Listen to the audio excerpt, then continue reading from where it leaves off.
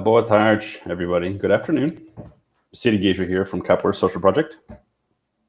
Today, we are going to be talking to Mestre Ferradura. He's on his way to entering our studio. Okay.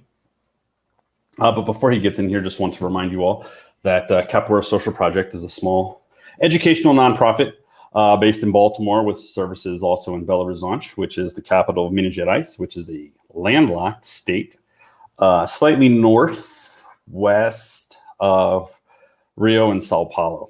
Okay. To recap, if you haven't been with us before, we are a registered nonprofit with the United States government. Yay. And we have educational programs in performing arts and visual arts, as well as martial arts, obviously, because everything we have is done through the lens of capoeira. Okay. So let's see here. Last episode, if you will. Oh man. I talked about, let's go here. Some of our visual arts, right? Which comes through screen printing shirts, paper mache, decorating instruments and the like. Okay, aside from, let's see here.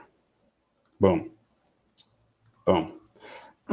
Aside from capoeira, obviously, we have some other offerings that are unique to us and the fact that we've trained with and continue training samba de coco, okay, which is from the northeast of Brazil, from Pernambuco.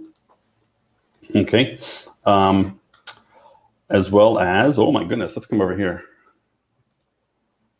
We also have makulele, woo, which is from Recôncavo, Bahia. Okay. So some of the general stuff that you'll find at a lot of capoeira studios, but being brought to the Baltimore region, hopefully by the end of this year. Okay.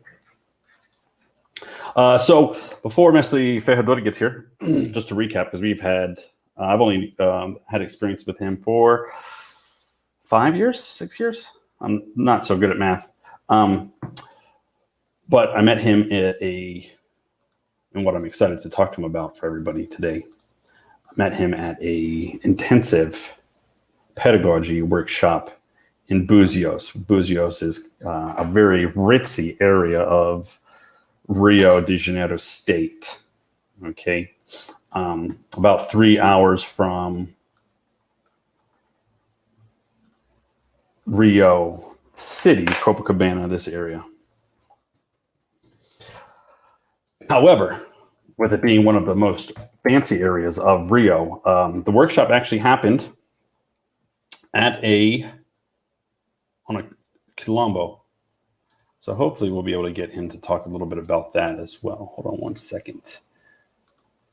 Boom. Okay, hopefully that's better. Okay. There's a few videos that we're going to show throughout this as well. Have some other topics we're going to talk about. One that's going to be important for us. We'll just want to remind everybody in this whole series, right? We've talked to Mestre High, we talked to Amorello from Belo Horizonte, Instructor Band-Aid from Capoeira Cacará, who's in the United States. But nobody that's participating has received payment for their participation. I've reached out to the people that I know that could speak English, that I've had contact with, who have influenced the programs that we have in Baltimore. And so everybody that's participated has participated of their own free will, knowing that they weren't going to receive any monetary compensation for this. However, with that being said, you can see scrolling across the bottom, as well as links in the description on YouTube and Facebook for donations. So we have donate at cspmd.org. So that would be a tax-deductible donation for those of you in the United States, since we are a 501c3 nonprofit. But we have that there, and we're going to be splitting the money between my organization, Capoeira Social Project, as well as Mestre Ferradura's organization, which we will talk about in a few minutes. Oh, man. So near and dear to my heart, as you can see behind me, whoop, that way, and one of the many shirts that I have. Got the Maryland flag going on. Okay. Because we are proud Marylanders based out of Baltimore, hoping to get back to East Baltimore. Several people have asked me, well, why East Baltimore? Because for those of you that don't know about Baltimore, and actually, you know what, let me bring, I'll show you all a little bit something here.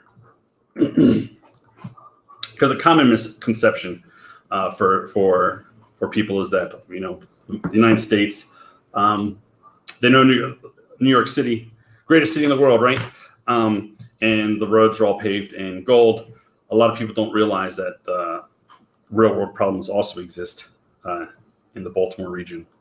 And then in all the major cities of the US, right? So let me see here if I can, okay, get back to, whoop, hold on one second. Learning technology, folks, is always going to be fun. Let me do this, come over here, okay.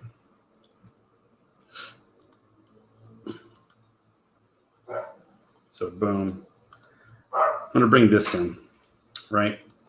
Because this is the touristy part of Baltimore, right? This is the part that when you come to Baltimore and you have some friends, they'll take you down here to the Inner Harbor. You might get yourself an Orioles baseball game. You might get yourself a Ravens football game. Boo.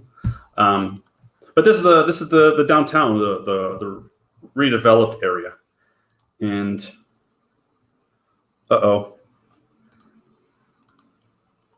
on one second. Because Mestre Ferradura, he is checked in, but I don't see him on my end. So I may need to do something else. Hold on one second, folks. Be back.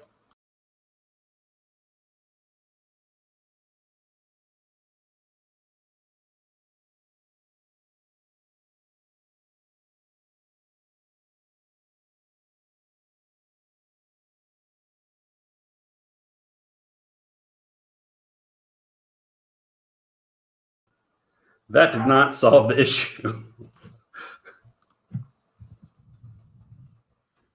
Let's see here. Okay. He took a picture and sent it to me on WhatsApp. The wonderful, yeah, it's the same link. WhatsApp, for those of you that don't know, is the, what's it called? Application. It's an app for text messaging. For a long time, we don't have this first world problem anymore in the States. But for those of you who remember when we had to pay for text, right? The youngins don't know about this one, but for when we had to pay for texts, or even to call, right? It was always more expensive to call, like Sprint to AT&T or T-Mobile to Nextel or what have you. So that still kind of exists in Brazil. They still haven't moved past that yet. So WhatsApp took over in Brazil as the communication device, because you can text and send messages to anybody you want. And actually now it doesn't even use the data from most packages that people have. So especially with such a large population of the country who is living on, I wouldn't say by American standards, it's definitely below the poverty line. But a large portion of the population might not even have a month-to-month contract with a company, or even pay monthly. They might only pay for minutes or for days. So it's definitely a way you can go and buy credit and not have to use your data to communicate with people. That's an amazing feat. So WhatsApp really exploded here. So damn it. Let's see.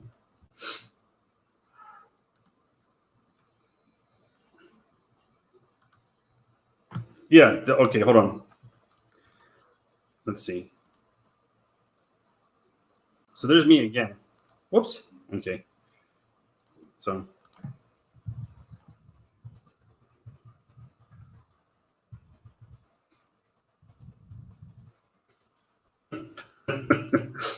So thanks for whoever's out there possibly watching this at the moment. We already got a heart. However,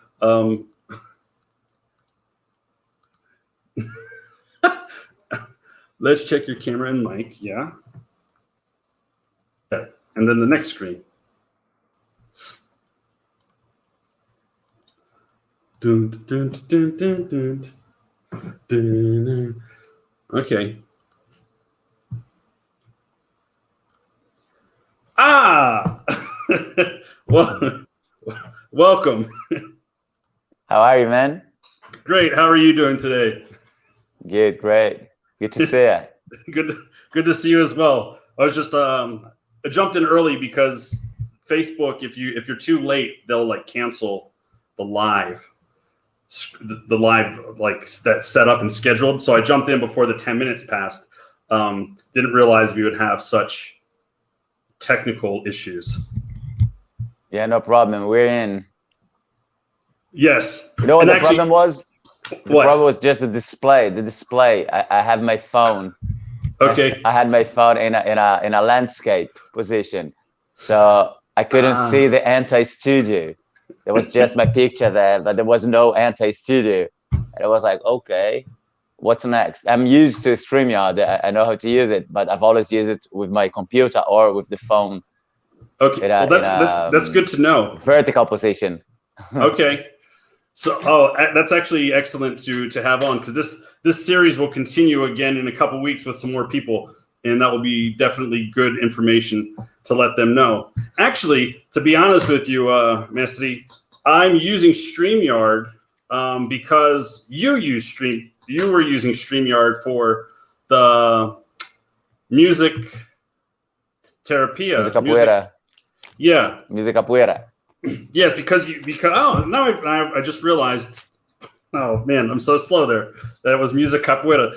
Yeah, when you said you were going to use that, I looked into it and got it for our nonprofit to help with situations like this, because it's an excellent tool. So welcome, thank you for being here, and sorry for the confusion about the time difference. Oh, no problem, no problem. I should have suspected when I said like 1 o'clock. I should have suspected it would be East time and not Brazil time. Yes, sorry, because actually when you at 1 o'clock, I was still in class with Opaso. Today was an Opaso class day. Okay. So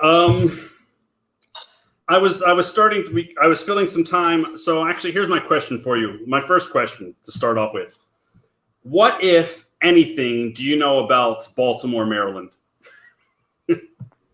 Well, I know what happened there a few years ago, a few months ago, a year ago, with the Black Lives Matter, and it was the whole repercussion and the riots and all that. Okay. Yeah, exactly. And what they call that. What they call also the Baltimore effect on the police, that the police were refraining from going in, and in the end it was increase in violence in some communities because the police were afraid of going in, and there was like a side effect of the rioting and the social media. It was like a quite difficult process there, how to resolve this issue. Yes, defunding the police and so on. Yeah.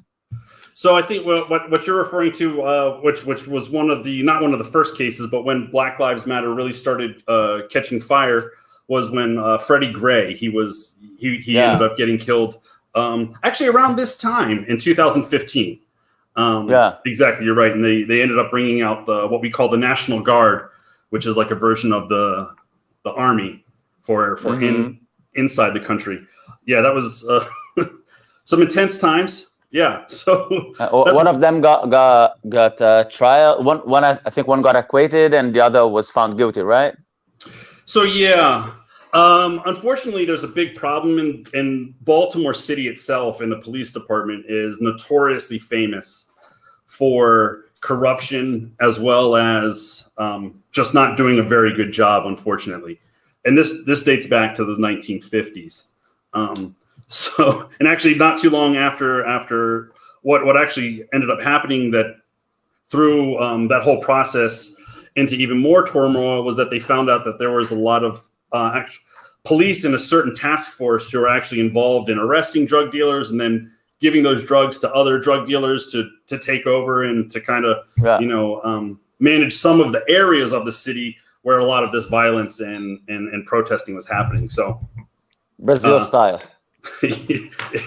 Exactly. So having lived in Baltimore for a while and been there for a long time, whenever anybody asks me, like, being in Belo Horizonte, I have no problem. For me, I feel walking across the city at night and going in different places, and then people are always confused by why I'm not scared or why I would do such craziness. And so I tell them, well, you need to visit Baltimore.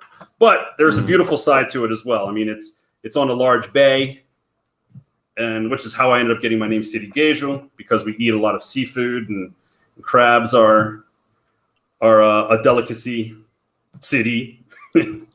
Anyway. Okay.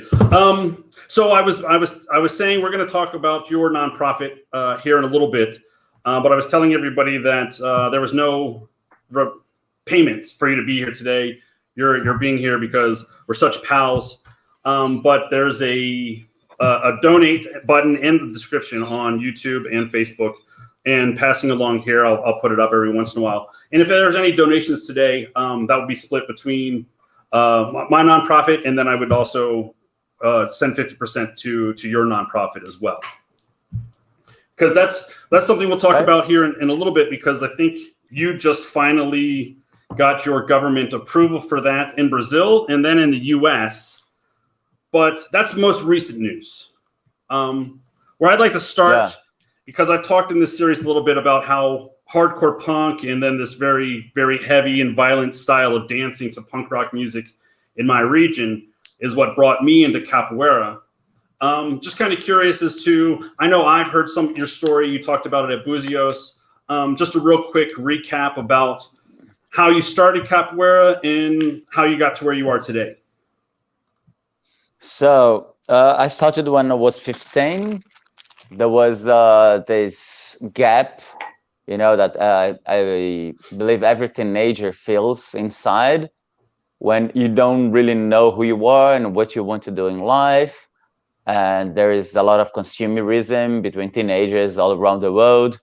And many times you are looking for something that you don't know what it is.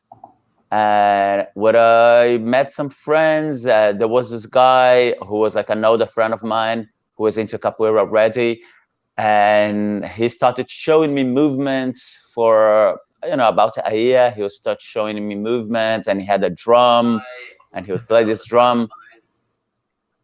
And then eventually he just like got me and my brother to go into capoeira, and we started looking.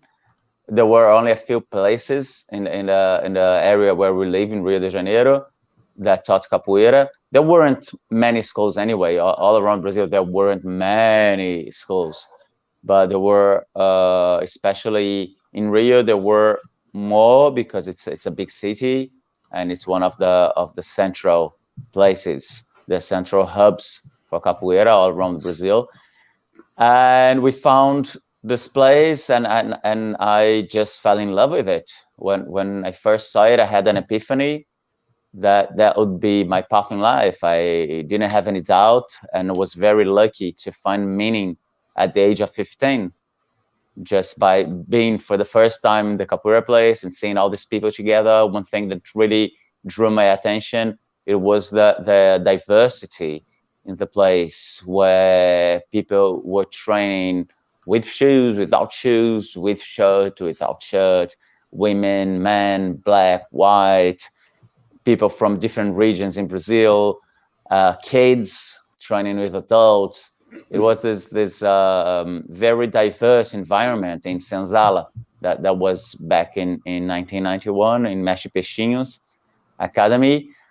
And it was a very open place, and it was very much based on your skills as a capoeirista. And that was very special for me, because it didn't matter if you were rich, if you're poor, if you were a doctor, or if you were a street seller. As long as you played capoeira, as long as you were training, the only thing that mattered was your performance and your dedication to the art. And it's what we speak about not being uneven inside a capoeira place by your social status. It was very, people are even. And you know, like capoeira, it's in a way, it's a kind of a martial art, and you do have this environments in martial arts where everyone is equal, because when you're fighting and disputing and competing, it doesn't matter your social status. But in capoeira also you have the social part, which is really interesting, because it's an art committed with social links. It doesn't matter so much how good you are and how much you can dispute and compete and win, because there are no prizes in the end. It matters a lot what kind of social links you build during your life. And I found that amazing, and just like got into it completely. I quit school at this time, I dropped out, and went fully into just doing capoeira. So there's two things that I find really amazing about that story. Well, one, obviously, of course, is finding your path at such a young age, at 15, right? I think I just found this path at 34 or something years of age. But the other thing too, saying in 1991, because right when I first came to Brazil in 2006, after only training a year, my teacher was from Bahia, Salvador, and he got married at the Igreja de Bonfim. So I went to his wedding and then stayed for 4 months. But we had this idea, even that in Brazil, every day, right, this really romantic idea that every day in every corner of Brazil on the street, there's a roda and everybody's doing capoeira, and it's, it's the national sport, so everybody loves it. And then you get here and that's not how it is, right? So even to hear Rio, one of the biggest cities that was hard to find, is really interesting to hear, because that's not the idea that a lot of people end up coming to Brazil and having. Also, I've heard that part of time was a real big explosion into the later half of the 90s. There was like an explosion of capoeira in popularity and people doing it. So you were kind of part of that. Was it becoming more popular at the time? And then was it like that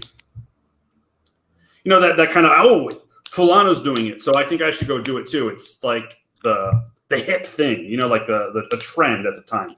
Was that kind of how you were brought to it, or was it the community social idea? I just came before. I came before. I went to capoeira before it became famous, because of before the popularity, which was very good for me, because when it became popular, I was already a player. I was already into capoeira, and I had already a meaningful environment there, which wasn't related to the popularity. And it came as a very good surprise, also because it allowed us, people who fell in love with capoeira and didn't have any financial expectations, it allowed us, and it allowed our mestres also.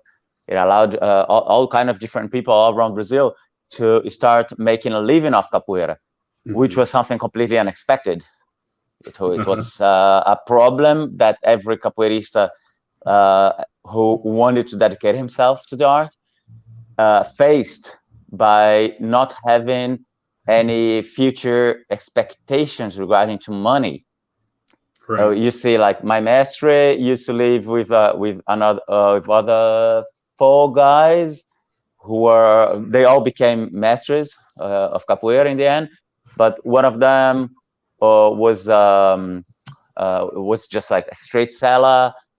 There was or even famous people, like for example Mestre Ramos. Mestre Ramos was a security guard in a shop, and people were making their living in like all different kinds of ways, but not with capoeira. Even though they were teaching and they had sometimes quite a few students, it wouldn't pay it off. And then all of a sudden, it's just became crazy. There was this boom in as you said, I started in the beginning of 91. The boom started around 95. So there was this era from 95 to 2000 where you had like people coming from all around Brazil to do capoeira from all social layers coming into capoeira. A lot of rich people going in. You started teaching anyway, you'd have 60, 70, 80, 100 students training capoeira. And I started with the schools, with the children, which didn't exist either before that time. It was like very rare. Only a few people started teaching kids before 95. I started during this time. And there were very, very few schools who would be open to capoeira, especially kindergartens. They wouldn't be open to capoeira. It was a very sort of open-minded mentality for schools to allow something as capoeira. They would have judo and ballet. We're very colonized people in Brazil, culturally speaking. And I remember myself going to schools and offering capoeira services for children. And they would ask me if I also taught judo, because they would be interested in judo and not in capoeira. And a few years later, some of these very schools would call me back, asking me to go there. Do you teach capoeira? We heard about you. When did you come here and teach? And I was like, whoa, I did call that school a few years ago. So it changed a lot. And then you have to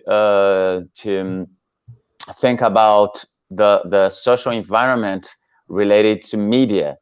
There was Mestre Boneco, who was very important at the time, who was every day on TV shows and soap operas, which at this time, like Brazil would stop to watch soap operas. We're talking about maybe 5, 6 open channels on televisions, no cable TV, no internet.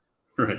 And he was on the main television doing capoeira almost every day. There was Only the Strong, which was quite important. There was the magazines, a lot of different capoeira magazines with singers, with models, with actresses, people who started to go into trend. And then it just started as a windmill. It started to go by itself, for like about 5 years. If you went to a newspaper booth, there would be 4 or 5 different magazines specialized in capoeira, which is something unthinkable for people who started capoeira from, let's say, 2000, 2005 on. The last 15 years, they've never heard of it. They didn't know that it actually existed. People who started capoeira in the last 15 years don't know that capoeira was really trendy, really, really mainstream for a while in Brazil. Right.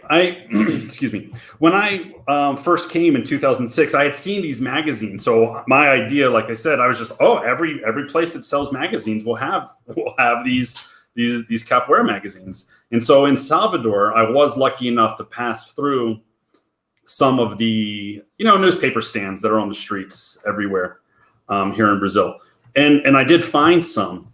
I just don't. Was there some type of social construct that occurred where it blew up? Because you're talking about a time before the internet, really. Yeah. Right. Up until, like you said, about 2000. 2000 is really about the time when the internet, at least the United States, was starting to increase a little bit more. I mean, that's when I entered university. So that's when the first time I had like high speed internet, because the universities had more powerful systems than paying lots of money at the house.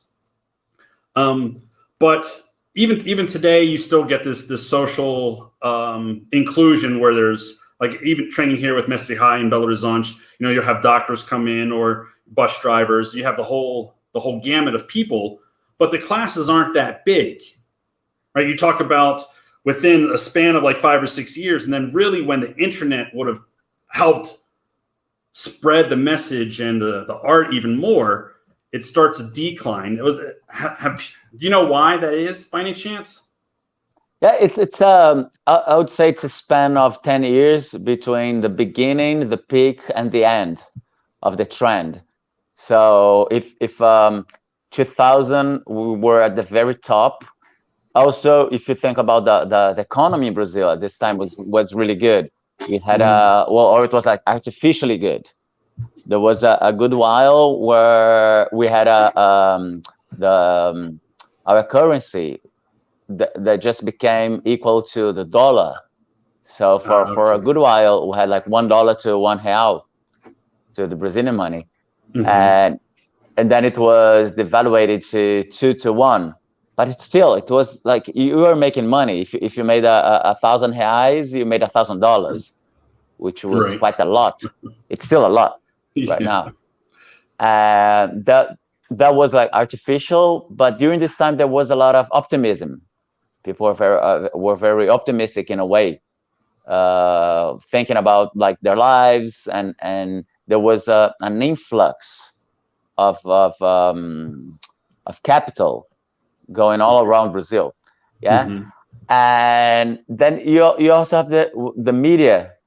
Let's say if you were a kid and you were watching television, mainstream television, and you saw capoeira in a soap opera, and then you saw capoeira in a movie, and then when you eventually got to play computer, there would be Eddie Gordo with Tekken, and you could choose, you could pick that capoeira character, and that wasn't just in Brazil. It's if you think about it, that's all over the world. That's a time where capoeira became trendy, not just in Brazil. In Brazil, it started a bit before, during this time, let's say 95, 96, but in all around the world, it was the same. It was during the same time. And then around 2000, you'd have all these movies, the Catwoman. I don't know in which date exactly, but during the beginning of the 2000s, you'd have like many different movies which displayed capoeira, from Harry Potter to Catwoman to The Matrix, and all different aspects of mainstream media. You'd have like some kind of influence for people who played capoeira. That was cool. It was cool to be a capoeirista. I knew people who would go around wearing capoeira trousers, though they weren't capoeiristas. Okay. Just like some people would go when I was a kid. Some people would go around with surfing clothes, despite the fact that they weren't surfers. Right. It's just a way to show that they were cool. Display coolness. And that the internet here only started taking off around 2005, more or less. High speed internet wasn't available here for a long while. Imagine that in 2000, I had my first email address, and there was still a dialed, a dialed one. Yeah, I had to wait, connect. It was just for a mail. No Googling anything. It was just for a mail. And so I don't think the internet had any connection with the downfall of the trend. I think it's just the very dynamics of trends. Things go up and go down, and it has to do maybe, and that's like a conjecture I made. It has to do maybe with three factors. First of all, it's that capoeira is still an activity related with poor people in Brazil. It's related with blackness. It has a racial aspect to it. So it's like a lot of people won't do capoeira, regardless of their own ethnicity. They won't do capoeira because it's related to black magic. It's related to poor people. It's related to thugs. It's related to vagabonds.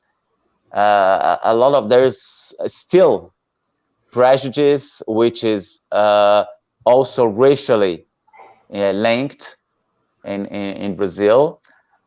There is another problem, which is capoeira, even though even when it is trendy, it doesn't sell.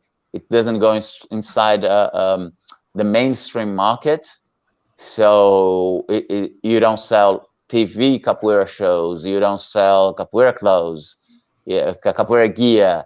No, everyone now wears UFC shit, even though they don't do anything related to MMA.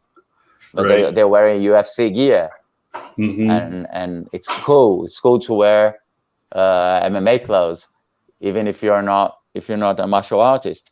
So capoeira is very hard to sell, and there is definitely something to do with capoeira people themselves, with the way people behave, the unprofessional way many capoeiristas behave. So a lot of people just expelled their own students and destroyed their own groups. A lot of people who were really, really, really famous during the 90s and the 2000s are now in very bad situations. And a lot has to do with their own bad choices and attitudes towards other people, especially their own students. So we could talk a lot about that. I want to try to stay on the pod. Thank you very much. That was a nice explanation. And that's actually one of the things that I get asked the most, I think, because over the past 10 years, I've lived 7 of those years here in Brazil. And whenever I meet somebody that's not in capoeira and they're like, why did you move here? Well, especially my first time, I said, I came here to study capoeira and to learn Portuguese. And it would blow their mind that an American person left the US to come to Brazil. That already is a wild idea for so many people. They're like, no, take me with you back there. But then the fact that an educated white man from the US has moved to Brazil to train this martial art is always just so fascinating to people. And until I really started studying the history and the culture of Brazil, and I'm actually taking an anthropology course and a post-graduation about Afro-Brazilian history to understand a little bit better why that has this, this negative connotation. But one thing I wanted to get back to, because I think outside of Brazil, capoeira has such a positive image. And even inside of Brazil, I think it's starting to, like you said, you've gone into elementary schools and kindergartens and teaching kids with your system. And for me, when I came in 2006, I stayed in Boca do Rio, which is the favela where my teacher grew up. And there was a social project there. And I stayed there for about a month. And it's actually what inspired me for when I went back to the US to start doing my master's degree in education. So you said in the beginning that you stopped school at 15 to dedicate to capoeira, but I know that through your training course, right? You have academic papers that you wrote for your graduation, your what we would consider a bachelor's degree. For people that don't know, in Brazil, you can go like the bachelor's route or the license route to graduate from university. We have those as 2 separate things. So you'd have to get your bachelor's usually first and then get a license. But you did your bachelor's. So when did you get back into education? But I mean, when did you go back to school? What kind of like motivated that to then continue, right? Because you took capoeira took you from school, then you went back to school, and now you're taking capoeira into schools. So how did that come about? Yeah, just like after some years training capoeira, dedicating myself to capoeira and teaching capoeira to children, I was studying a lot by myself. I was self-learning a lot about education, psychology, social studies, and everything that is related to capoeira, which is already like really, really broad. If we become specialized in capoeira, it means that we're not specialized really in anything, because there is so much to be learned there. We are like ducks. Ducks swim, fly, walk, but they don't do anything really specialized. They're not really good in anything. And we're just the same. You need to train the martial arts aspect, and you need to train the acrobatic part and the music part, and teaching is also a big part of it, and making instruments. It's many different bachelors in a way, if you think about it. And so when I was dedicating myself for so many years and learning the different capoeira aspects, I faced also the problem that in schools people respected me a lot, and I was very young. If you think about it, when I started teaching, I was 18. Like it's a teenager teaching all the kids, right? And then I just realized, like in 3 or 4 years into teaching, that I had built a big network of schools, and the teachers, the parents, the heads of the schools, everyone respected my work so much. And I didn't really know how to talk about my own work in scientific terms. I knew that like the psychologist of the school was crazy about me, and I was crazy about capoeira and about my work, but I wouldn't be able to really discuss it further, more than the average, common sense. Oh, capoeira is really good because it's complete with many different aspects, and this chit chat, selling capoeira, selling chit chat. And then I felt the necessity of going back to school to study deeply, to go thorough in the knowledge, especially in the child psychology, to realize what we had in hand and how we could build it to make an alternative educational system to the traditional educational system we have in the schools. And if you think about the roda itself, it all begins in the roda. So that's the beginning of the Brincadeira de Angola method. It's watching the roda. So the circle where we make the art. When I went to study education in university, by studying different authors, I realized they were talking about everything we do in the roda. So you have interaction, you have social interaction, and people learn through being with each other. You have the music as a developing tool. You have the emotional aspects, that things occur in the roda in an unexpected way, and you have to deal with it. You can't. There is no. We could say like there is no safe space in a capoeira practice, especially in the roda. You get kicked, and as long as nobody's coward to you, and nobody does anything really berserk, nobody's going to come and tap you in the head. Yeah, it's going to be like, okay, you go with it. If that's your ego, and you felt hurt, you need to know how to deal with it, and grow stronger, emotionally stronger, not just physically stronger, but also emotionally stronger. And I think capoeira it summarizes a lot of what Brazil is like, of a lot of what Brazil is all about. Yeah, you have the power relations there too, and you have the even the sexual aspects of it. Like of people showing off, and there's like people who are interested in. If you're interested in someone, then people you see like everyone is trying to show off their best. The best talents, and it's a whole social environment, and it's very subtle also the way things go. It's about politics in a way. So by studying thoroughly each aspect of capoeira, of the capoeira circle, we get like a few principles to use capoeira as a pedagogical route. Contrary to what a lot of capoeiristas did from, let's say, from the 70s during the military times until the 90s, you have like a lot of capoeiristas teaching in schools and universities using physical education as their primary tool.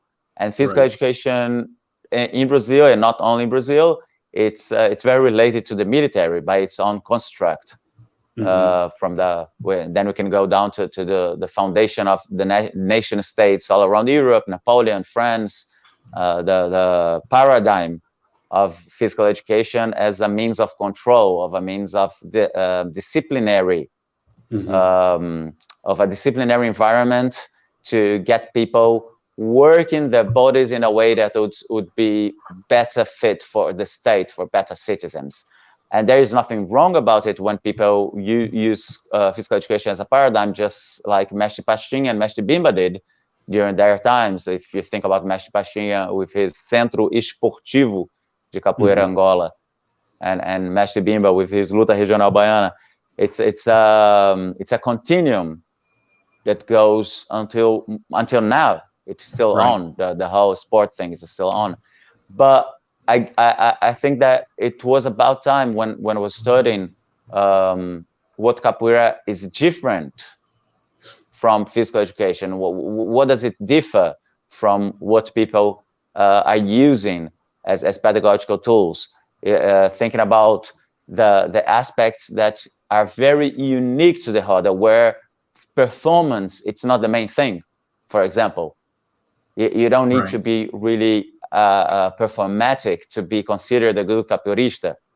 Like the social aspects are more important than the physical aspects in capoeira. People many times admire a lot someone who is a good performer, but they don't admire his personality. And then it will hinder their ability to be well considered in the environment. And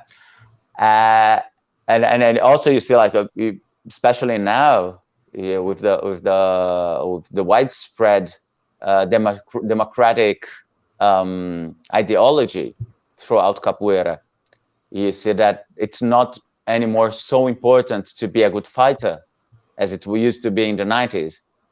You needed to be a good fighter. You needed to be able to fight to be respected in capoeira. And nowadays it's not. It's like it's the democratic ideas of capoeira are much more important, of inclusion, of acceptance, and to create a different culture, a culture of peace. And these different aspects, I think, they build what we want to have in a capoeira environment and what we want to have as an educational tool. And then I went on this direction to build the methodology, which I apply with both kids and adults alike. So when you're talking about your methodology, is that for Brincadeira de Angola? Yeah, exactly. Okay. So I want to talk about that a little bit more, but before we get there, I have a question for you about a video clip from when Reverend Run came to your studio. Yeah. Okay. How did that come about? I mean, because for those that might not know, Run is from Run DMC, and he had a show called Run's House for a little while, and this clip's playing from where he came to your studio. Because nowadays it seems like there's a lot of capoeira in a lot of places. So how was it that he ended up coming to see you? I've no idea, to tell you the truth. I must admit that I had never heard of Rev Rum before that day. So when I just like put on Facebook at the time, oh, today I'll have the visit of Rev Rum from Run DMC. A few friends of mine who were more connected to music than I am, they just were like, whoa, I can't believe it. This guy's amazing and so on. He's so important to the movement. And it was like, I've never heard of him. And it was really interesting. They got to me probably because of the internet, because of my website. And they were probably just searching capoeira in Google, I guess. And that's how they found me. Or maybe someone maybe someone was tipping them about me, someone who knew me. I don't know. I don't really know. I know that I just got this call from saying, oh, can record the Rev Rum, and I said, yeah, why not? It's gonna be on TV. They had a budget, so for me it was a job. Right. So, okay, let's do it. And it was also very quick. He's very polite. His family are very polite. He was concerned about his kids. That was something that I found funny, because he was very concerned about his kids not getting hurt. I could see that he was tense about them getting kicked. And the kids were cool. They were like very talented, and a really nice family. Just came in, recorded, they shot what they had to do. That they were in a long trip all around the world. And yeah, that's how it came about. So I was hoping that was the answer. I mean, I was hoping that it wasn't be like, oh yeah, my aunt is best friends with his grandma or something. I was hoping that it was probably from the fact that just great marketing from your part. And I say that because like right now actually I'm missing a workshop online about marketing from a program. I'd already missed the beginning of it because of the El Paso thing, and I had this scheduled. But it was really interesting because you really are, I put here OG social media user, because like you said, I have no idea who he was, which can make sense, because Run DMC was from a long time ago. I'm not sure if there were many hits here in Brazil. I think most people only really know them in the States because they did a song with Aerosmith. But I remember one of our first interactions with you, I was like, I've recognized your face, but I was like, I don't think I've ever heard of Mestre Ferradura before. And then it was only after like I had left the intensive workshop with you, and then I'd seen a video with you where you had long hair. I was like, oh, the long hair dude is that dude. Okay. I remember watching videos with you, and like I think you and Nestor Capoeira are having a conversation in a kitchen. Yeah.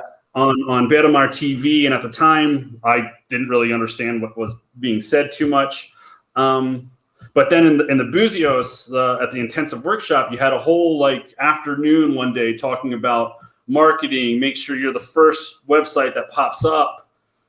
Make sure you have wherever city you live in, capoeira.com and that kind of stuff, which was just like so simple of an idea in business terms. Like obviously that's a great idea. If people are searching my city and this skill, I want to be the first one to pop up. And just how obvious it's in your face, and how so few people have that idea. I'll be the first one to say that BaltimoreCapoeira.com is a FICA group in Baltimore, so I don't have that one. And I think it's Capoeira Maryland is another group. I think I have MarylandCapoeira.com now because of that. I already had CityGeisha.com because I was using that for English classes. But what kind of inspired you, those BdA TV, those interviews that you all did with, and I guess maybe that was connected with Movimento Novo, I'm not really sure. But those were some of the first non-Roda videos about capoeira that really, exploded at least in the gringo capoeira world. We all passed them around to each other. What gave you that vision? Where did that, the fact that helped you get on this TV show, I'm sure. So kind of where did that come from? How did that, you get inspired or pushed in that proper direction to do that? So I was quite late in the social media, in the use of the internet. Itapuã was much faster than me because he had also a camera, and I didn't have a camera as a means of recording stuff and thinking about it. And Itapuã was also into surfing and skating, which have already, especially in California, they have like a huge impact on the marketing for the skating and surfing industry. The internet was really important, and Bruno, who is Itapuan's brother, Nestor's son, his older son, he's a professional skateboarder. He's always with Kelly Slater, and they live together, and he's very into, and he also films. No, sorry, it's not Kelly Slater. It's Bob Burnskit. Okay, it's Bob Burnskit, the skater. Not Kelly Slater is the surfer. So yeah, Bob Burnskit, and they are always hanging out together and so on. And the guy knows about media, and Itapuan has been traveling a lot since he was like very young, and he just realized that capoeira had the potential of also being something that could be displayed in a TV channel. So, for example, the movie that he made, the Volta ao Mundo, Passa Dois, the Passa Dois movie. It's about a surf trip. It's a surf trip movie, but with capoeira. Like capoeiristas going around the world and checking it out, checking different places, different culture, and so on. And that's what we do. It's something interesting for people too, to see someone who is traveling the world doing what they love with passion and interacting with different cultures. So I sort of came late to this world when Itapuan made my first video. I guess it was 2000 something. I had this video with Gato Felix, which became viral at the time. It's still there on YouTube, which for me was just a capoeira game, was just a game. One of the 1,000 games that we're having at the time. But he just edited it very nicely and put it on YouTube. And then I saw in the comments someone saying, I would love to have this guy here. And I said, okay. And it was in Denmark, this guy from Denmark. And I just replied, okay, I'm going to Europe. I will be in an Europe tour in a few months. I could go to Denmark. He said, yeah, why not? Awesome. Let's do it. So I got a workshop, and that was my first job. And it just like went like, opa, okay. Before that, I would travel around with my connections. People would know me from capoeira, and they eventually would be hired to give workshops here and there. But it had nothing to do with the internet. And then all of a sudden, I got a job with someone I wasn't related at all. Right. And I just realized that there was something there. And over time, I started to go deeper into having a website, saying, okay, man, I live off capoeira, and we need to do the same practices, the best practices people are doing in any commercial field. So if a pizza guy wants to sell pizza in his neighborhood, he'd better have a website with the name of his neighborhood and pizza.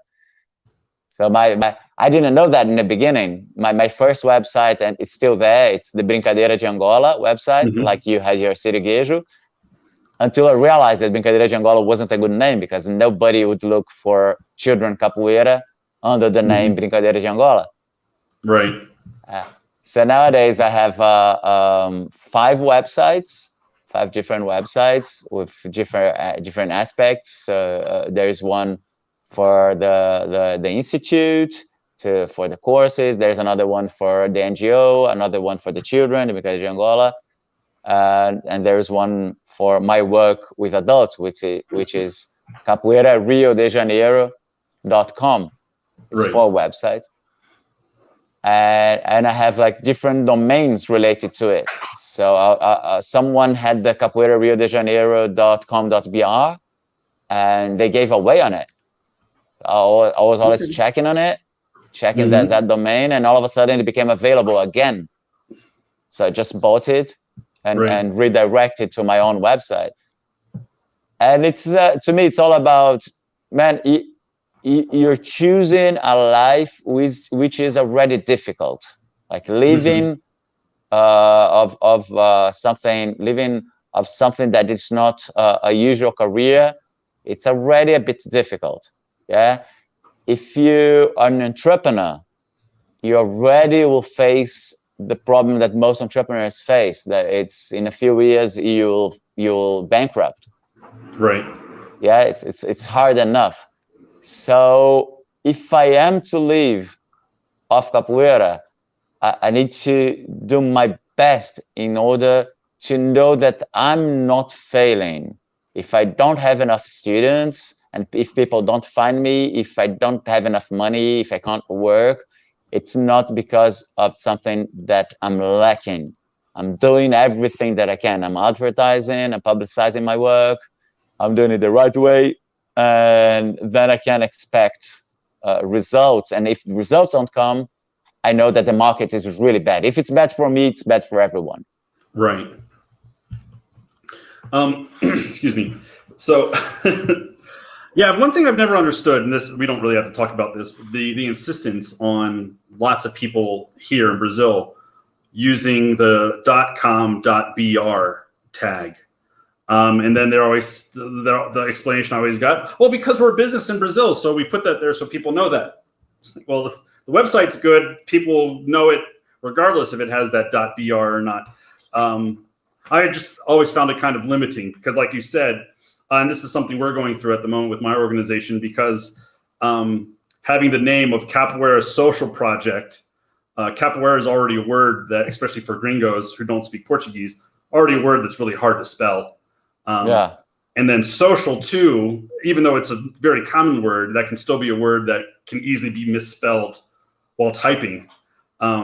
So, which is where we have this now CSPMD, but I'm still not really happy with that. It was just something I needed to come up with. But what's CSPMD? Well, it'd be Capoeira Social Project, CSP, and then MD being Maryland. Because CSP .org and .com are owned by other companies for now. But like you said, it's something I keep checking regularly to see if they have decided to, take away or those companies stop. So it's something I keep checking just in case it will come back on the market. We started a little bit. It's understanding a little bit about the way the Google spiders work. Helps us build a strategy. So if I can have the name Capoeira plus whatever I'm doing in the domain, it will help Google Spider to find me faster. If I can't have that, I'll have those words on the title, and I'll have it on the menu, and I'll have it in the text, and then you start building a website with which people, just by Googling those words, they will be likely to be found by the Google spiders, the robots, the algorithm will need to find it, and also have links related to you. So for example, there are very basic things to do. Many times, let's say, I got invited by government agencies to do some social work somewhere. We're having this party, like the street party, like the government's doing it, and there is no money involved, but I would like to have a capoeira presentation there. I said, okay, let's do it. Can you get me a link to my website on your website? And they go like, of course, we have a journal. I said, okay, so just do that. But their journal and their website is so strong that when you Google, you Google about Capoeira or Ferradura or whatever, the first links will be their links and not mine. Gotcha. And then there will be like a redirecting link to my website, and that's the algorithm, Google algorithm, will find it and say, okay, take this guy up. He's being cited by a strong website. So let's say, by any chance, the United Nations does something in Baltimore, and they invite you, and you go there, just ask for a link. You don't need money. It's more important than money. Right. You just get a link, and that link will be so strong that you'll make your site go up. It's about good commercial practices for people who choose to live off capoeira. There are many people who are against it as a way of living, say, no, you can't live of capoeira. It's a sort of a religious view that capoeira should be only performed and not charged, and you should teach for free. And we have this different narrative for people who don't live off capoeira and who are against living off capoeira. But if you choose to live off it, that you need to be sure that you're taking the right steps and making the best choices.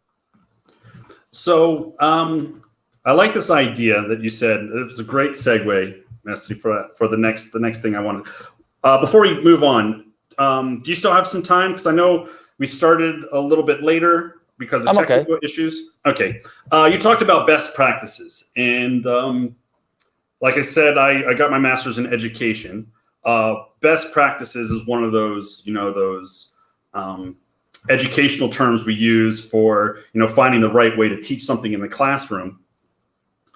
And I bring that up because of the, boom, let me go here, boom. This, your intensive training workshops and encounters that you had in Buzios really bring this idea of best practices, educational best practices, into the capoeira sphere. Okay. And I found that really interesting. I guess it was a nice tidal wave of concurrences that happened, because the first one you had was in 2016, where you advertised, and I had just moved to Brazil. In October, I had gotten married, and you had that event in November. It was perfect because I was unemployed and was able to travel during that holiday weekend and go there to experience this idea where you even used, I guess because these terms haven't been translated yet, or they might be weird in Portuguese, but I remember you saying, talking about chunking in regards to breaking up lesson plans, and or the one that really helped me out, especially for with teaching gringos, with music, chunking the music up into the lines and setting up scaffolding, another educational term, going from the last line of the chorus and making sure you build up from that before you get to the first line of the chorus, because that's what always happens. Somebody comes in with this, oh, I have an amazing song, let me try to teach it to you in 5 minutes. And everybody gets the first line, and then by the end, it's just like, blah, blah, blah, blah. Except for the 3 Brazilians who are in the event who got the words. And so it's, but I just thought that was such a unique concept. And I felt really dumb, honestly, as well, because I had been with my blinders on, right? Like a racehorse. My education was in teaching math and languages. So that's where I was always applying my math pedagogy and my educational pedagogy to, as opposed to when I was teaching capoeira to kids, it was always, okay, well, I learned capoeira this way, that like, vai, rápido, bashi, the way that I learned is how I was teaching, but I'm an adult. I can't teach kids the same way I would teach an adult. And I understood that for math and language perfectly well. But I don't know why I translated that over to capoeira, and then came to your workshops, and it just it blew my mind in such an amazing way. And I've taken that and used a lot of the teachings from that, and these ideas as well have been expanded upon to teach workshops for kids and adults. And also, of course, now I'm in El Paso, learning that methodology, because you introduced that with BdA at the workshop as well. I guess I'm just like, why is it that more people, why aren't more people doing that? Like, well, yeah, I guess there is a religious view of capoeira that will make people think that they need to do what has been done without thinking about it. It's a very dogmatic view, because it does not need to be proven right, and it can't really be challenged. You can't really ask why. And from the moment that you have a dogmatic view interfering in your sense, you'll just repeat the process and not reflect about the process. So you say, when you say that you are teaching kids the way you were taught as an adult, and you think, okay, maybe I shouldn't be teaching kids the same way I teach adults, the line of thought has an assumption that adults should be taught in a certain way.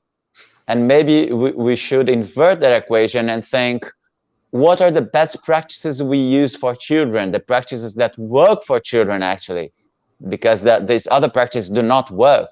Just saying repeat, repeat, repeat, go faster, that doesn't work with kids, especially small ones, especially children who are driven only by genuine interest and not by rewards and blackmailing.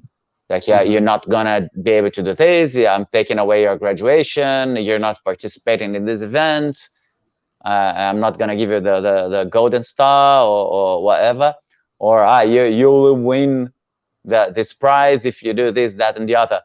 And if you do that with small children, it doesn't work. With 2-year-olds, it will definitely not work, and with 1-year-olds, they will just keep looking at you, because there's nothing you can say that will make them do anything. You need to really awaken their interest in capoeira. If you take those practices that we use with these very small children, with 1-year-olds, and you say, okay, what can I use here that will be implemented for 2-year-olds, for 4-year-olds, for 7-year-olds, for 12-year-olds, for teenagers, and for adults, and also for people with disabilities, and also with people from different backgrounds, from foreigners, and so on. If you can find that, you find the universal practices, educational practices that have been there throughout the world, cross-culturally, and during centuries of human nature. People have taught each other in different ways, and not just using disciplinary methods of putting people in a line and repeating movement and having patterns. People learned in a more organic way, and we can, if we create the conditions for people to learn, they will learn on their own. They don't even need to be taught. If we just create the right environment, a safe environment where people feel strongly motivated to try new stuff, where they can use their creativity, where their natural movement is respected, the way they do their movement is respected, and finding out your expression, your body expression through creativity is encouraged. You start getting a more cooperative environment too, because people will be encouraging each other.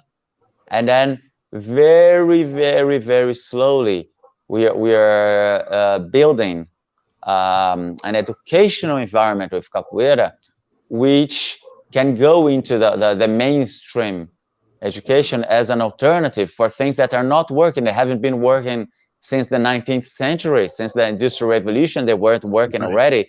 And right now, with the Internet revolution, it is just a huge contradiction. The schools are going nuts with the pandemic. You just say that a lot of practices that were bad already a couple of years ago have just fallen down. You can't use them anymore in school. The internet, with now online teaching and so on, there's so much that can be done. There's so many interesting things that you can do with the internet. The teachers are lost. They were caught by surprise, because a lot of teachers weren't prepared for this moment. So they weren't used to encouraging children's creativity. They weren't used to believing that children can build their own knowledge with our help, and they weren't used with the technologies, which were already there for a long time. So the internet is also helping us to advance and to find for new solutions, to find for new projects and new alternatives.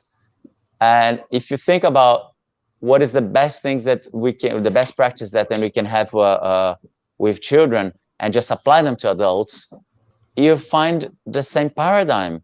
Right? Just be nice to your adults when they come, just the same way you are nice to your children. Create a safe and welcoming environment for your adults, the same way you have your children. Motivate them and cheer when they achieve something in the process, even if it's not the final goal. They achieved one step, and you can just cheer with them and celebrate. And all this it's very unusual for adults teaching. Imagine how it could be different in capoeira schools if everyone, when they just stepped in, they were received with a big welcoming smile, just what we do with children when they come and they are shy and they're inhibited, and you come, hello, and you go talk to the kid. Hello, what's your name? Oh, hello, John. Hi, my name is Ferradura. Welcome. We're gonna have a lot of fun. Do you wanna join us here? Do you wanna sit by my side? Hold this for me. Just sit down by my side. Have a look. Just have a look. These kids are going to do something crazy, and let's have a look what they're doing. Okay, I'm gonna introduce you to the first step. If you do that with adults, it works just the same. It's the principle, the pedagogical principles are the same. Like natural movement, creativity, cooperation. These are things that are common to all physical activities. Everyone moves their bodies, everyone walks, everyone does stuff. So it's very important to make capoeira teachers nowadays understand that a lot of these dogmatic pedagogical practices that they learned in their schools were invented only 30 years ago, 40 years ago, 50 years ago, during military times. We live in Brazil in dictatorships throughout our history. We had the monarchy dictatorships, then the republican dictatorship, then the new state dictatorship, and then the military in the 60s. We had a very few democratic periods, so our education is also not very democratic. How do you expect capoeira education to be democratic if capoeiristas weren't brought up in a democratic environment and weren't brought up with democratic education? We tend to repeat very, very repressive practices in capoeira. Capoeira is a very repressive environment in general. It's influenced by military principles. It's influenced by religious views of the world. And I'm talking both about candomblé and Catholic and evangelical views of the world with different capoeiristas. So there is a lot of morals. There is a lot of moral in capoeira, and you can't really challenge these so-called traditions and ask, like, but why is it that important? If like capoeira, it's only 100 years old. You know, if you can think about the origins, despite the fact that in Africa, people do very similar things to capoeira, and all around the world, archetypically, you have different practices which are similar to capoeira too. What we know as capoeira as such, it's only 100-year-old. Right. And the pedagogical practices started only about 70 years ago when it started to be taught. And the development, it's still going on. We need to be able to talk about these things. We need to be able to improve our pedagogical practices. But to give you a quick answer about why people are not doing it, why not many people are thinking about their own ways of teaching, it's first because of this religious view of someone taught me this way, I learned that way, and that's the way I need to teach. because that's the way I was taught. That's the first thing. And the other, it's a bit of laziness. A lot of capoeiristas don't really like to study. They don't really like to research about capoeira itself, let alone about what are the best pedagogical practices in the education field, in the neuroscience world, in the music field, in the physical education field itself, which has developed a lot in the last 25 years. It's changed a lot. So there's like so much to be learned around. Why should we just keep repeating what didn't work before and it still doesn't work now?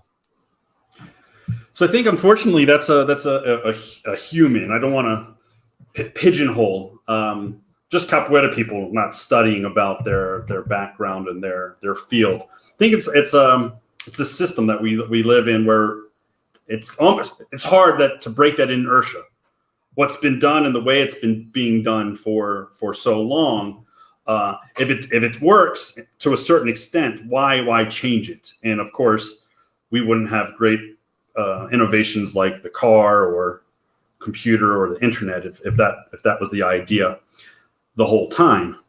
Now, one thing that I like about this idea that you've brought with your institute is that you've developed this course to help those people who want to try to understand what you're talking about and try to improve their practices and to reach out beyond just what's taught inside their actual capoeira school. Because like you said, it's instruments, it's the music, it's the movement, but it's also everything behind that, or it can be, right?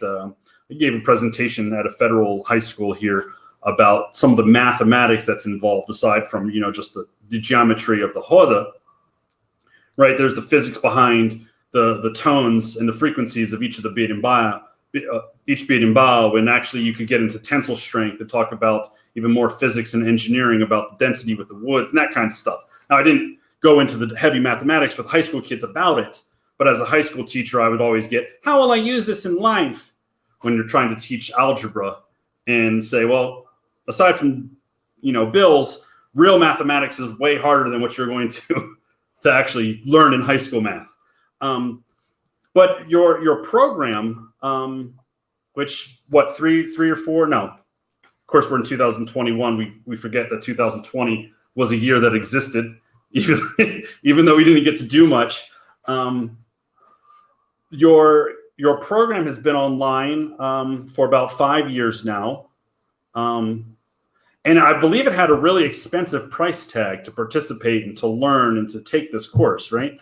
Weren't you charging a ton of money to take your online course, or was it free? The course has always been free. Yeah. So that's just one. Sometimes it's one of those, to go to university. That's especially in Brazil and the inner cities of the United States. One of the things that prevents people from going to university is the cost. Well, I couldn't get my degree because I couldn't pay for it. I had to work. Okay. Yeah. But the course that you have, which I will admit I started and I loved, and I was translating and studying a lot until it got to the point for me where you wanted us to record videos teaching kids, or you gave the idea, if you're not teaching kids yet, you can give the same instructions to adults. I just felt, for me personally, that I'd be robbing myself of the true experience by doing those things with adults instead of kids. So hopefully the next time it's open back up, I'll be able to jump into that. But how has the success been from that program? I know the first year there was like millions of people that had enrolled. Have you seen have all of them graduated? Have you seen the same steady increase? Because I know the first year in Buzios, there was a lot of people. The second year, there was like 5,000 people. And then the third year, you kept it a little bit lower. I think that's the year I came with my friend Magrão. 2019, I wasn't able to go. Last year, I think you were supposed to go to Mozambique. And that didn't happen with the pandemic. So I'm just curious as to the force of the online program. Is it still there? will my gringo friends soon be able to participate in English? How's that going? Oh, it's been there for what you said, like about 5 years, and up to now we had 6,000 students enrolled. I don't keep metrics, so I don't really know how many people finished it. What I do know that very few actually completed every single step and contacted me. That's like very, very, very few people.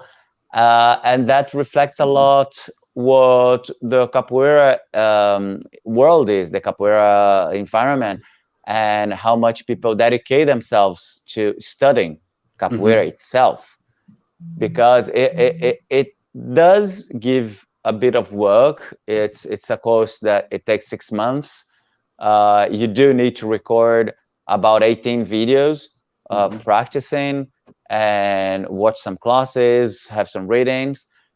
But in the end, if you were a capoeirista who wants to live off capoeira and make a decent living, an honest living, and have some dignity through capoeira, there is no way you'll be able to work without those tools. You need to get used to filming yourself, to editing, to making videos, to uploading stuff, to be familiar with technology. If you're not familiar with technology nowadays, how come you're going to be an entrepreneur or a capoeira entrepreneur or any kind of entrepreneurship without being familiar with basic technologies as recording and editing a few videos of your own work?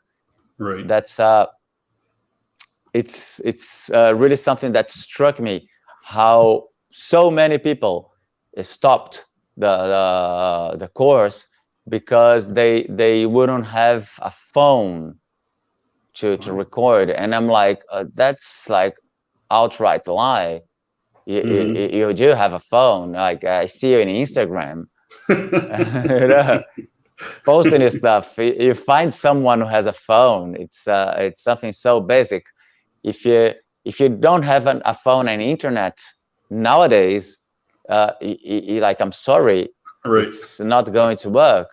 You know, of course there are people who are really, really, really, really poor and don't have access to it, but these people don't even enroll in the course because you need to be in the internet in the first place. Yeah, exactly. You have to have a computer to be and to get all access to the course and the documents and everything. You have to have some type of technology. So it's that my idea was that by widespreading this information in the internet, we can be as democratic as possible. The only people who won't have access to this content is the people who do not have any access to the internet, and these people will hardly be working as capoeira professional because they are in a level that they need to make a basic living. Yeah. Right. But all the others who want to improve their lives and get better in their lives with capoeira will find the course useful. So I had students from all around the world, people from the United States, from Africa, people from Europe, from Asia, from everywhere. Had like a lot of, like, mostly Brazilians taking the workshop. And yeah, it's still going on. As I told you, I don't really keep the metrics. I don't believe that we should be checking what people do. It's another paradigm. Yeah, I don't give people like certificates as teachers if they just finish the course. Like, the course is there, you learned, you apply it, it's all yours. Use it, have fun, and make the life of your children more fun. You know, make your life more fun. You know, if you go teaching anywhere and you have these tools, like, all I need, man, it's here. Let me get my stuff here.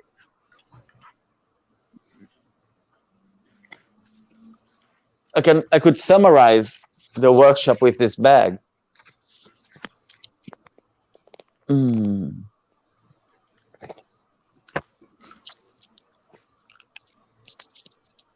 So I have this bag with basic. Let's see. stuff for circuit training. So an agility ladder. And I have this for children to do AU, really light, basic circuit training. Then I have this thing to hit the kids, to hit their heads, kill people, like traumatize children with violence. Then I have a choke, just choke, normal choke, to draw stuff. Okay. Yeah, like basic, like my wire for the berimbau, and this bag with instruments. So a cabaça made of a lamp bulb, so it doesn't break. The kids can beat it. I have an elastic band. I have tennis balls inside here. There are tennis balls. And a berimbau that's like a mountable berimbau. Right. Yeah, I can just mount it. 5 cachixis, 5 pandeiros, reco-reco, agogo, everything inside this bag. So everything is very light. My toys, so I'm always carrying some kind of toy as well for the small ones, like a lion, my puppets. So only with this bag, there are so many pedagogical strategies that you can use to make your life easier and to make your classes more pleasurable for both kids and adults. I carry this the whole day long, everywhere I go. Right. Then I carry it around. I stop. Okay, today the class is going to be using this material here and have the instruments to do a roda and everything that you need. It's in your hand. You just need to have a methodology. And my idea of establishing the course was to help people learn a methodology that, regardless of your capoeira style, is going to help you teach both adults and children. If you just follow the same principles, it's going to help you, because these principles were there before the capoeira schools. It was there before even the capoeira styles. And it was there before even capoeira existed as such. It was the teach and learning processes were there before capoeira existed.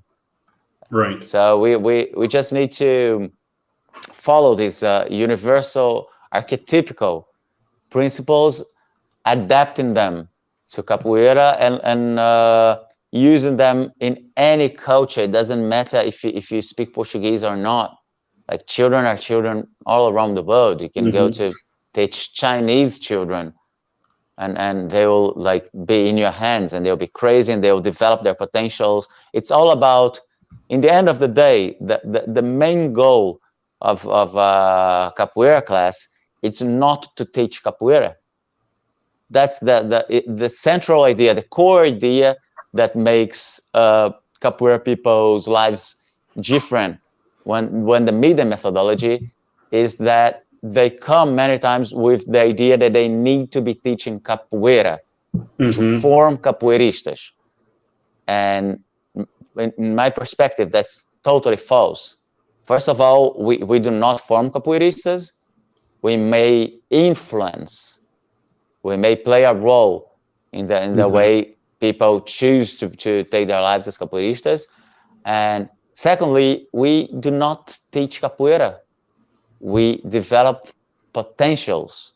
We are there to help develop potential, musical potentials, social potentials, cultural potentials, and corporal potentials.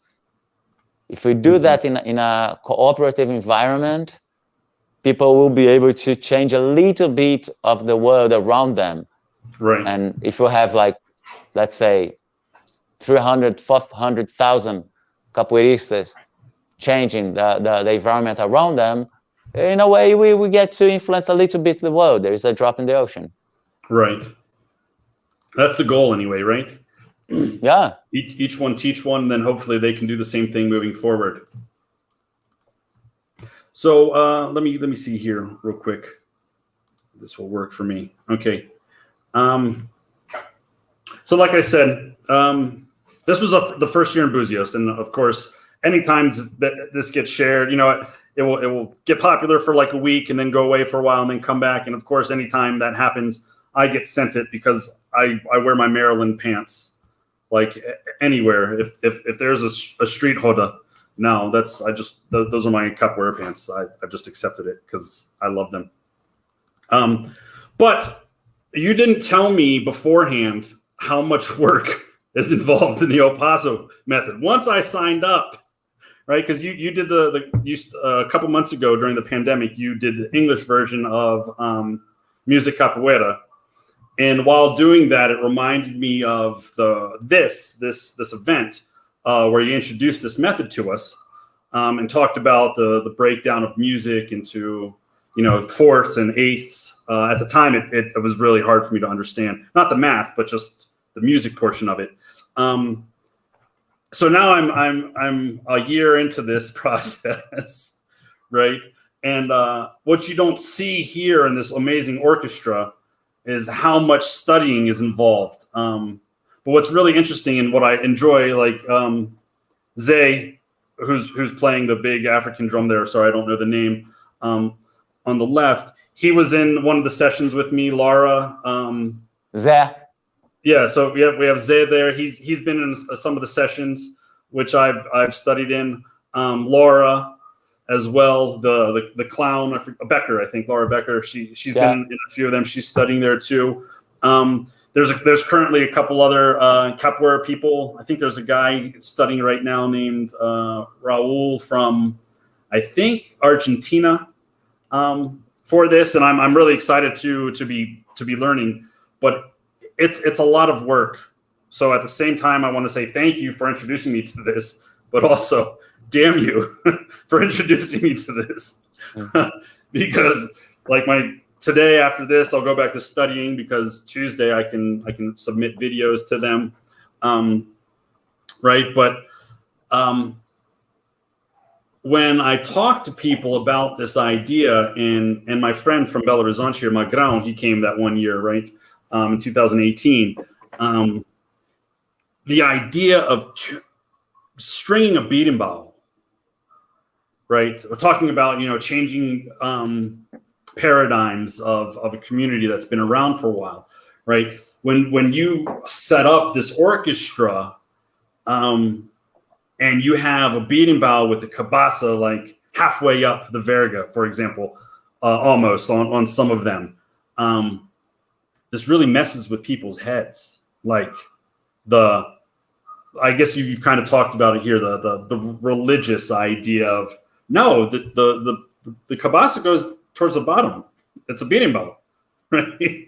I'm just curious as to, and it was a team effort between like setting up, there was Zay and then Leon, you know, there's not just one, it wasn't just you setting up this bateria, this orchestra.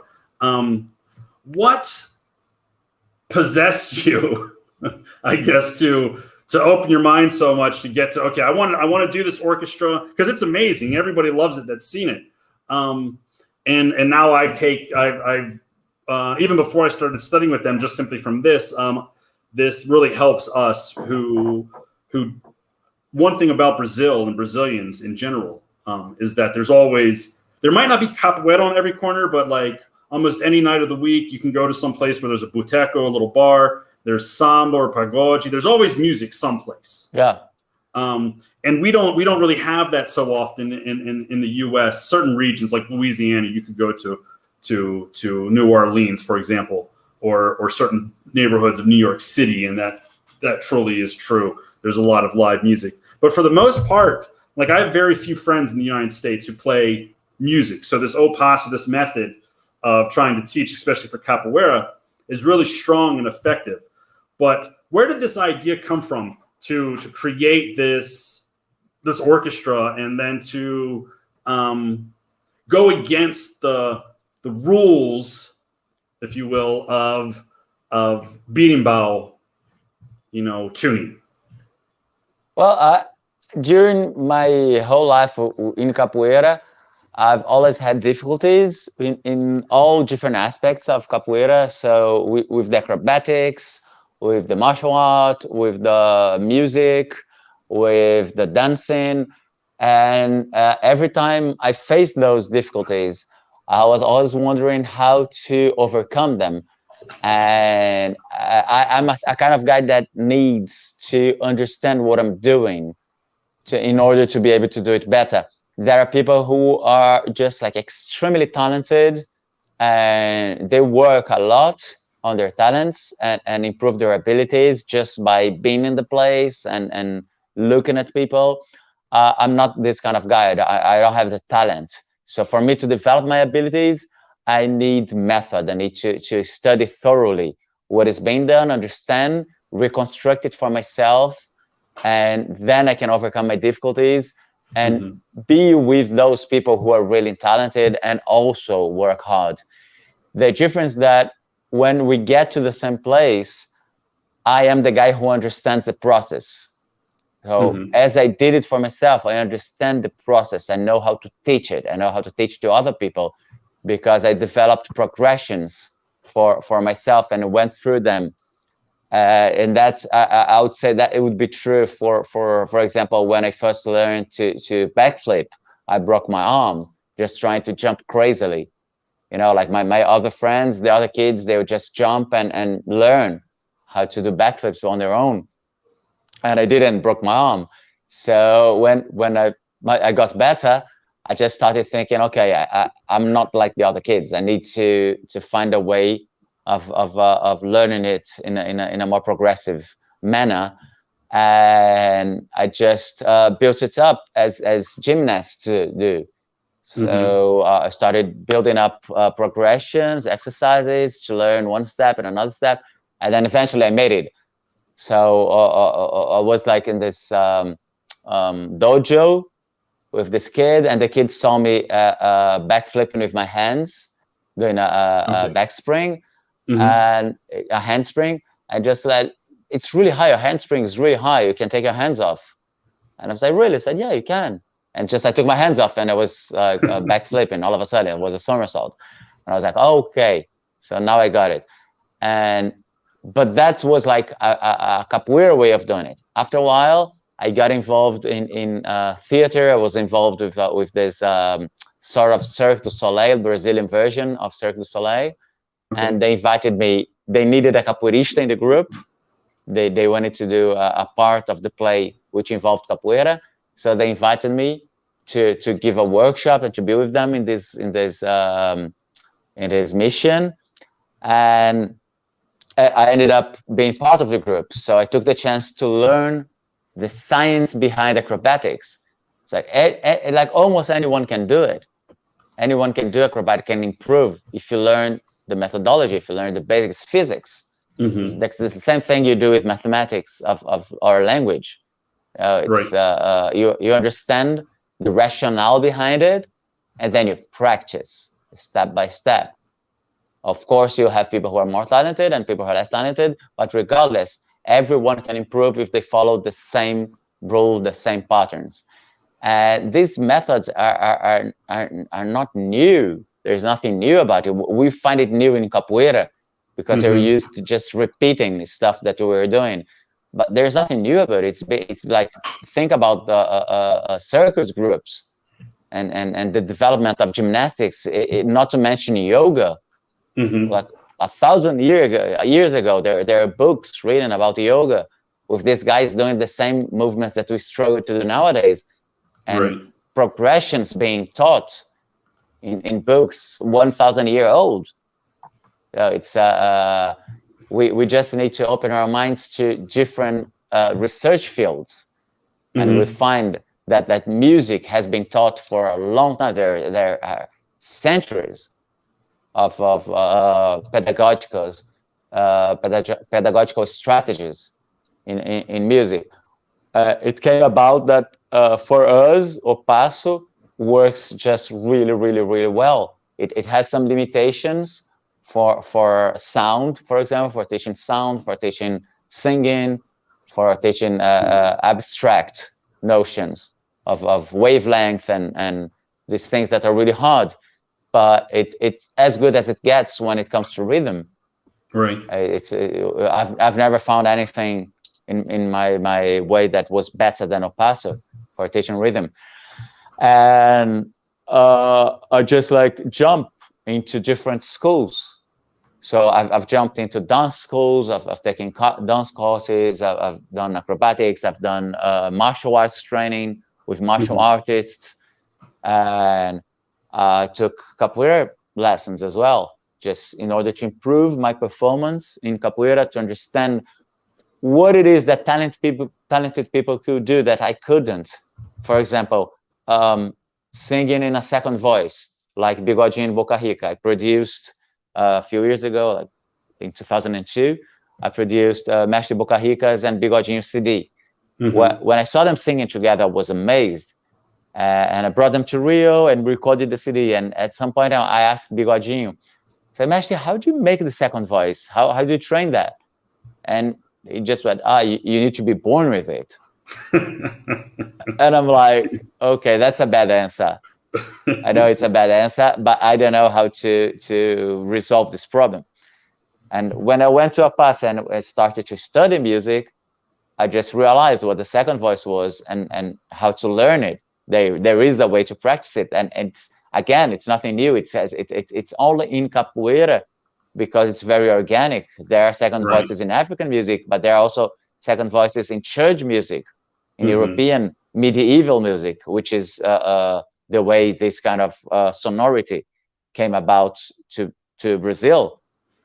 And all around the world, you have people playing around with the voices and teaching it. There are ways of teaching it and practicing.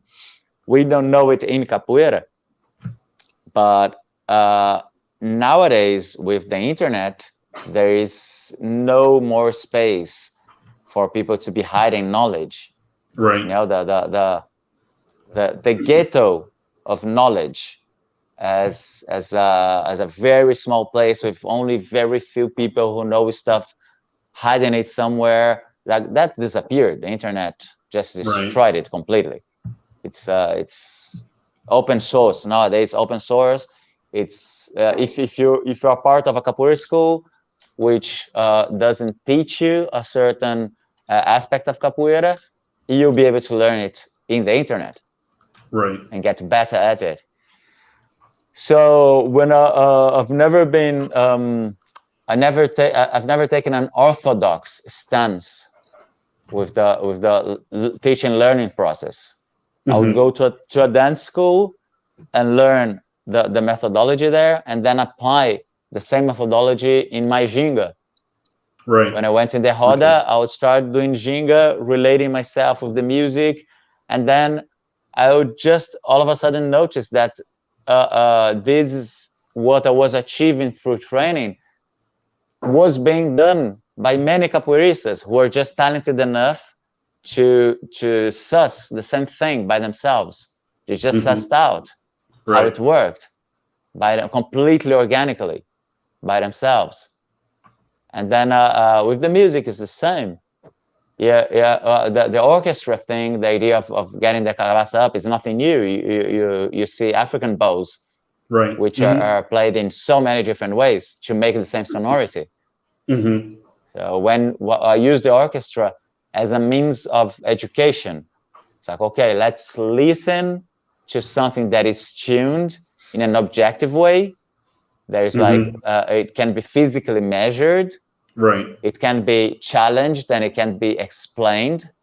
So I mean by challenge, people can come and say, why are you doing it like that? And there is an explanation for it. And people feel the difference. In the process, people feel the difference. Okay, this is in tune, which means that is not in tune. Right. Singing in tune is actually something physically measurable. And it's replicable too. So yeah, there is science to it. There is science behind capoeira. There is science behind capoeira music. There is science behind capoeira movement. It can be taught. It can be replicated. It can be written, and it can be passed on to people who are not extremely talented. Case in point. So, all right. There's one more thing. Thank you for that. I like that aspect. Yeah, and I there's one thing I do remember, and that's one of the struggles I've been having currently with the first module of Opaso, is this idea. There's what they call the sequência de graus, right? We have to sing the scale and then leave the normal 5-to-1 scale. First time for me ever doing that. Kind of a little bit makes me regret spending so long only listening to punk rock music where they're just like screaming and completely out of tune, because that's a lot of my background is that. But I'm getting there. It gives me something to work on, and hopefully will help out my nonprofit. I mentioned my nonprofit because congratulations to you recently. You just got your nonprofit or NGO or ONG in Brazil. You got that registered in Brazil. And I'm not angry at you. I'm angry at the system that TechSoup doesn't have this reciprocity, because TechSoup, which is a great resource for nonprofits, has helped you get your nonprofit registered in the U.S. Right? Because you have your IBCE.org, right? And has the version in English and in Portuguese there, which is really nice, because you're posting videos nonstop of your courses with these marginalized communities on the street. If you talk to me or you talk to a lot of people, when you talk about Capoeira da Rua, you think of lots of times, right, Terreiro de Jesus, Praça 7 here in Belo Horizonte. That's Capoeira da Rua.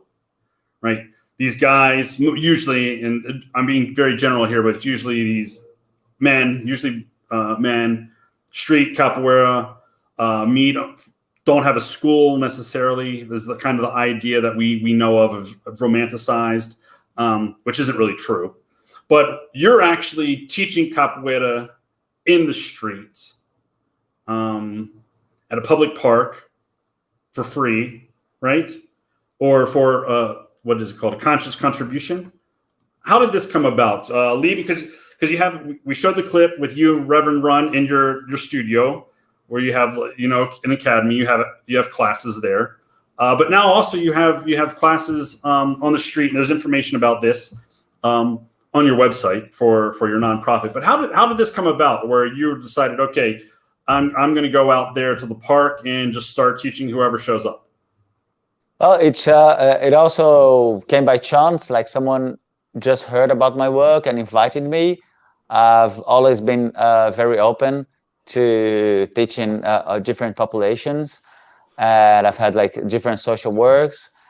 And with those the homeless people, there was this project called Yoga de Rua, which is an older project, and it's under an umbrella that involves many different projects for homeless people. So people are being helped with from toothbrushes to places to take their basic needs, to clothes, food, finding jobs, taking their documents, helping out of drug abuse, narcotics, and yoga was there before capoeira. And they just invited me because capoeira it's very individual, and capoeira is very social. So they were looking for something that would be more social. And we started it about 3 years ago, 3 or 4 years ago, I think 3 years ago. And a lot of these guys ended up being my students in the studio, which doesn't exist anymore, by the way. It's like I'm only teaching the street. There is no indoors place. I teach every day in different places in the street, like downtown, in the park, in a square, in different places. And in school, the schools are closed. Yeah, the schools are indoors, and that's how I make my living with the students, the private funds from the students. But the social work is totally free. It's been free since we started. And there are more people. It's not only me, it's me and a few of my students and other volunteers. And it's some of the guys that used to live in the street, or some of the guys that still live in the street, they became my personal students. So they really went into capoeira. They became capoeiristas for real, and Awesome. they travel with us and hang around. And it's you know, when you hang out with someone who is like different, but you don't really realize they're different. Like, let's say someone in a wheelchair. You hang out with someone in a wheelchair, and you hang out with them so much that you don't realize that people look at them in the street. Mm-hmm. And only when you get to a new environment, you realize that, oh, okay, these people are not the norm. Right. So the same thing happens in my group, because there are so many homeless people that people forget they're homeless. Mm-hmm. It becomes part of what capoeira is about. So a few of my students who have never been anywhere else in capoeira, they've only been to my class, they think that capoeira is with homeless people. That's the norm everywhere. That's cool. And it's taught in the street, and that's just the way capoeira is, and that people don't kick each other in the face, for example, or do anything violent against each other, like in the environment that I built. So over time, we've had this different social projects going on with incarcerated children, teenagers deprived of freedom, and kids in the favelas, and blind kids, and homeless people, and different projects that just were invitations. People invited us to go, and we're going. And this year, luckily, as you mentioned, we managed to have the NGO ready, and we did a equivalency determination with the United States. And nowadays we have the NGO source badge. So I just, like, last month, finished the process of a partnership with a foundation in California, and now we're going to, from the next month on, we're going to have support for a year from a foundation, from a US foundation, and that's really great. You know, awesome. Just by thank you, man. That's by formalizing. You know, you formalize your work, and you start doing things that you know, like, that you do with your heart. You start doing it in a professional way, and eventually, as I mentioned with the website, there's a chance that someone is going to look at you and say, okay, I want to help you. And and they can help you because you are formal, and you have your paperwork is done, and you're legit, and you have your website and your social media, and everything is there to prove that your work actually exists. Right. So yeah, that's the current process that I'm involved in as well. So hopefully soon I'll be able to do the same thing. Where I have interns currently working on writing what you guys I think called editais, what we call grants to foundations. We've gotten some approved for material for our visual arts program, which is really awesome. So I remember you talking about how when at Buzios, you talked about how when you needed to make money to travel for capoeira, you silkscreen shirts and sold shirts for events. That's a skill I learned how to do as well, to make our uniform shirts, because not enough people to really warrant contracting a company, paying money to have like 50 shirts sitting around for a while. You never know when 50 students would come. So I learned how to do that. So we want a grant for actual screen printing equipment. So hopefully in the near future, I'll be teaching kids from the neighborhood how to screen print and do stuff like that. I just have one more question for you. Because I think your work, and especially being in the streets and going to squares, I'm in the process of translating Os Capoeiras, right? This old book that was written in the mid 1800s about capoeira in the Maltas in Rio. And that's how, that's how they kind of trained their capoeira moves in different squares and things. And it was kind of, it talks about the Nagos and Goiamuns and how they're very, they don't mix, they're very exclusive. in a way. And one thing that I found really respectful about your work, and it's on the website, is your inclusion and your work with dealing with the LGBTQ community, and speaking about that even at your events is definitely something that we don't get.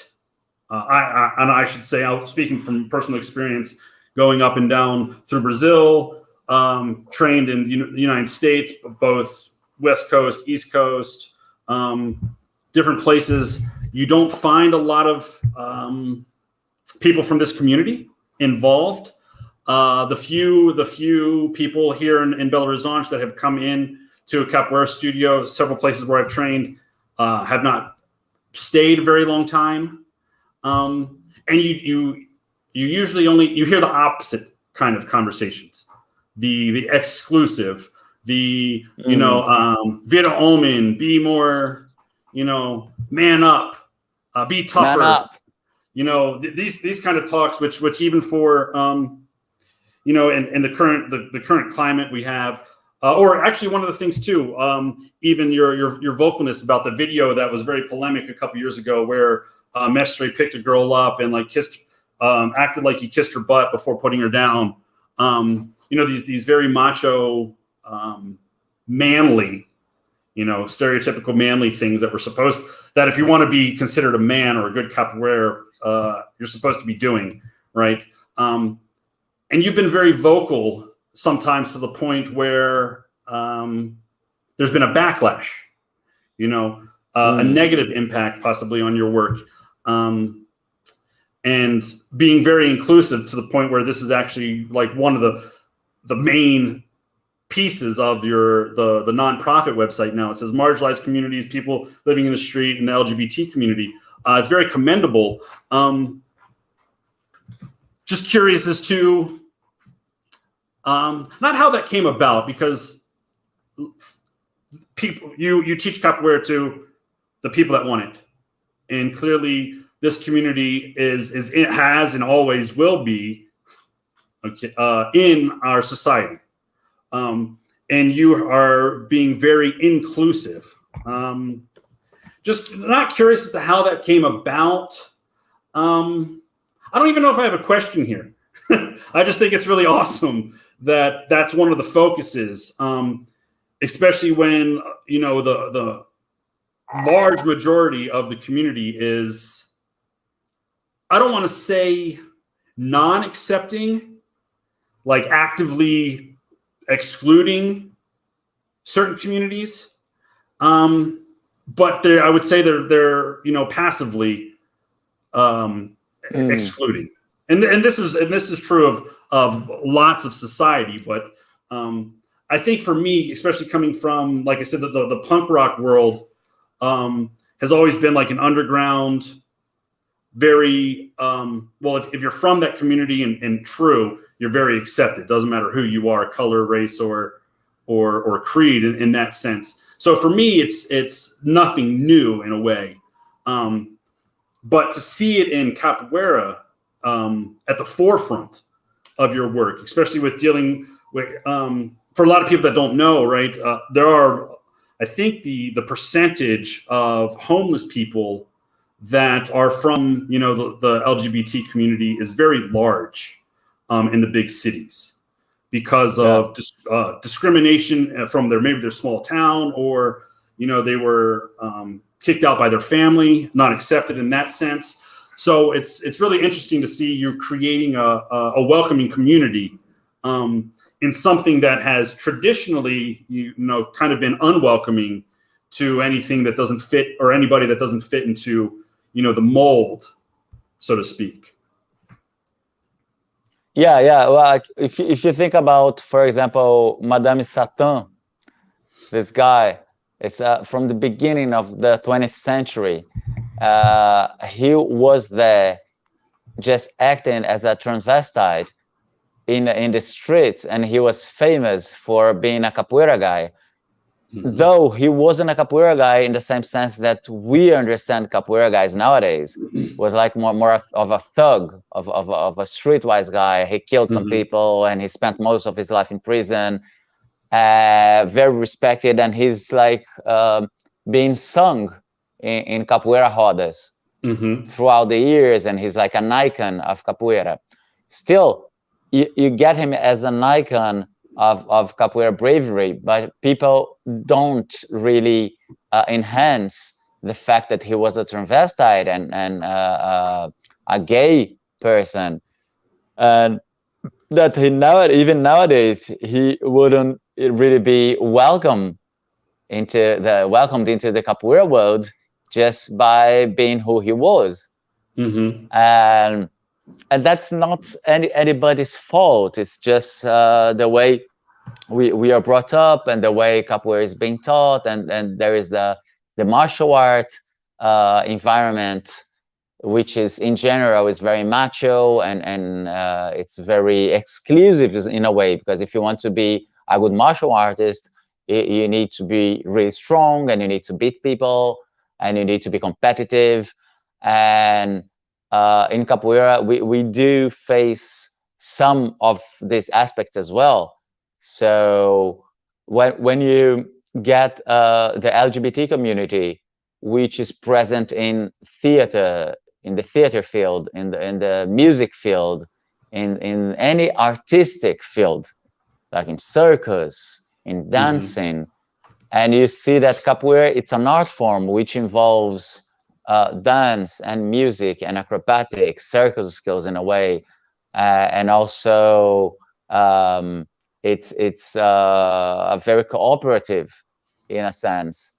You find it strange. Why is that the martial aspect of capoeira, the martial art aspect of capoeira, which is only one of the different facets of capoeira, is so strong, the mentality is so strong, that even masters who are not actively saying, I don't like gay people, they might say things like, I have nothing against gay people, as long as they don't talk to me, or as long as they don't flirt with me, as long as they don't they stay in their part and I stay here, it's okay. But that's not just in capoeira. That's Brazil. It's a very macho society. In one way, on the one hand, it's very we could say it's very open to LGBTQ people, because it's people are allowed to live their sexual orientation freely. It's protected by the Constitution. It's protected by the institutions, by the judiciary. You can be voted. You can vote. You can change your name. You can change your social name legally. Yeah, you can have a social equivalency of a marriage and inherit and all that. You have all the rights protected. But we are the country who leads the statistics for murdering LGBTQ people. And we are also, if I'm not mistaken, the country that elects the most LGBT people in the world too. So it's a contradiction. We have many contradictions to be solved in Brazil, and of course we will have the same contradictions in capoeira. Well, thank you for your response, Mestre Ferradura. I know it might not seem like it, but it's been about 2 hours that we've been speaking. Yeah, that's like Joe Rogan stuff, yeah. Yeah, like Joe Rogan podcast. I know.